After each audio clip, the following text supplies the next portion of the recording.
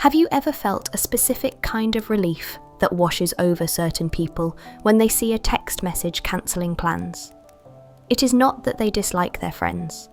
It is not that they lack love or interest or care. It is a physical exhalation, a loosening of the shoulders, a sudden secret joy. It is the feeling of a prisoner being granted a pardon. For the introvert, the world is not just a place to inhabit. It is a place that must be survived. We need to talk about the cost of noise. Not just the noise of traffic or construction, but the noise of presence, the noise of small talk, the noise of eye contact, the noise of expectations.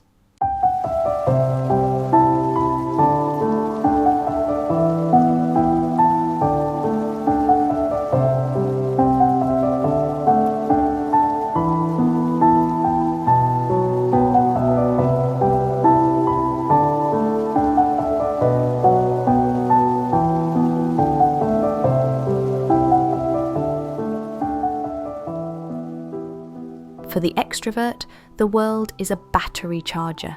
They walk into a crowded room and the energy of the people flows into them. Interaction is a nutrient, but for the introvert, the dynamic is reversed. They walk into that same room and the energy flows out. Every conversation is a micropayment of energy. Every smile is a withdrawal from the bank. And when the account is empty, a physical shutdown begins. This is the introvert hangover. It is not a metaphor, it is a biological wall. The brain simply says, enough. But because we live in a culture that worships the loud, the fast, and the social, this biological limit is often viewed as a character defect. We label this behaviour shy. We call it antisocial, aloof, or stuck up. We ask children, "Why are you so quiet?" with a tone that implies something is wrong. If we look closer, if we peel back the silence, we do not see a person who hates people. We see a person who experiences the world at a higher resolution. The introvert is not turning away from the world because they are empty. They are turning away because they are too full. There is a profound misunderstanding about what is happening inside a quiet person. The external world assumes that silence equals emptiness.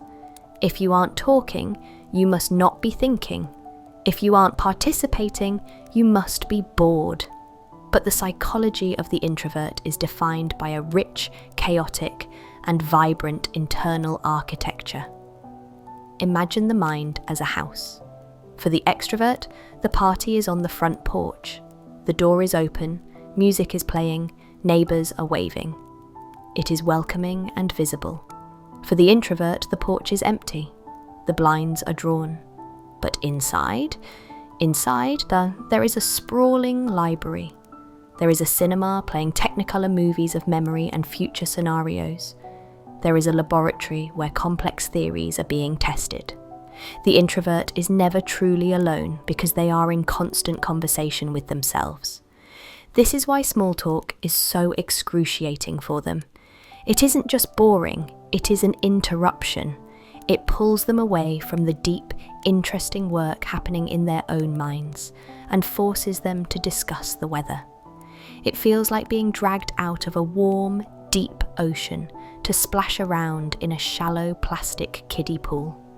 The attention seeker fears the silence because it forces them to confront themselves. The introvert craves the silence because it allows them to be themselves. However, this internal richness comes with a price. Because so much happens on the inside, very little shows on the outside. This leads to the resting face that people misinterpret as anger or sadness. The introvert might be having a moment of pure bliss, thinking about a book they read or a song they heard, but to the outside observer, they look stone cold. This gap between the richness of the inner experience and the stillness of the outer presentation is where the tragedy of the introvert often lies. They feel things deeply, but they do not perform those feelings. And in a world that equates loudness with caring, the introvert often breaks hearts without meaning to. To understand this fully, we have to move away from personality and look at biology. This isn't just a preference, it is a wiring. Neuroscience tells us that introverts and extroverts process dopamine differently. Dopamine is the reward chemical. It's what we feel when we get a promotion, win a game, or walk into a party. Extroverts have a dopamine system that is less active. They need more stimulation to feel that buzz. They need the loud music, the new faces, the risks. Introverts, however, are highly sensitive to dopamine. They don't need a flood of it to feel good. A trickle is enough. A flood of dopamine doesn't make them feel excited. It makes them feel overstimulated, anxious, and physically exhausted. Instead, the introvert thrives on a different neurotransmitter, acetylcholine. This is the chemical of focus, of calm, of internal reflection. It is released when we read, when we think deeply, when we have a long, quiet conversation with one trusted friend. Acetylcholine doesn't give a rush, it gives a glow. It is the feeling of flow. This is why the introvert leaves the party early. They aren't being rude, they are suffering from a chemical overdose. They are trying to protect their equilibrium. But consider the child who grows up not knowing this. The child who is dragged to family gatherings and forced to go play with the other kids when they just want to sit under the table and watch. The child who is told their desire for solitude is weird. They learn a dangerous lesson. The attention seeker learns they must perform to exist. The introvert learns that their natural state is disappointing to others. They learn to mask. They force the smile. They mimic the energy of the room. They develop a pseudo-extrovert persona to survive school and work. But this mask is heavy. It weighs 1,000 pounds. And when they finally get home and take it off, the exhaustion is total. They have spent their day acting like a different species. So, how does this creature of the deep connect with others? There is a myth that introverts are antisocial. This is false. Introverts love people, but they love differently. The extrovert collects people. They cast a wide net. They have 50 friends, and they know a little bit about all of them. They are the social butterflies. The introvert is not a butterfly. They are a deep-sea diver. They do not want 50 friends, they want 3. But they want to know everything about those 3. They want to know your deepest fear, your childhood trauma, your theory on the universe. They want to bypass the "how are you" and go straight to "who are you?" This creates a specific friction in relationships. If an introvert loves you, you are in a VIP section of one. You have been granted access to the inner library. That is the highest compliment they can give. But because they don't constantly text or tag you in memes or need to see you every single day, the partner often feels neglected. The partner says, "You never want to go out." The introvert hears, "You are not enough as you are." The partner says, "Why are you so quiet? Is something wrong?" The introvert hears, "Your peace looks like a problem." The introvert loves like a cat, not a dog. A dog greets you at the door, jumping and barking, desperate for acknowledgement. A cat sits across the room and slowly blinks.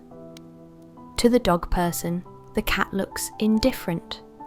But to the cat, that slow blink is a declaration of absolute trust. It says, "I feel safe enough to close my eyes in your presence." We need to learn to translate this language of quiet love. We need to understand that when an introvert sits in the same room with you, reading a book while you watch TV, and doesn't say a word for 2 hours, that is intimacy. That is parallel play. They are sharing their solitude with you. And for them, solitude is a sacred thing. To share it is a marriage of souls. Society tells us that the person speaking's the one with the power, the one holding the microphone, leading the meeting, commanding the room.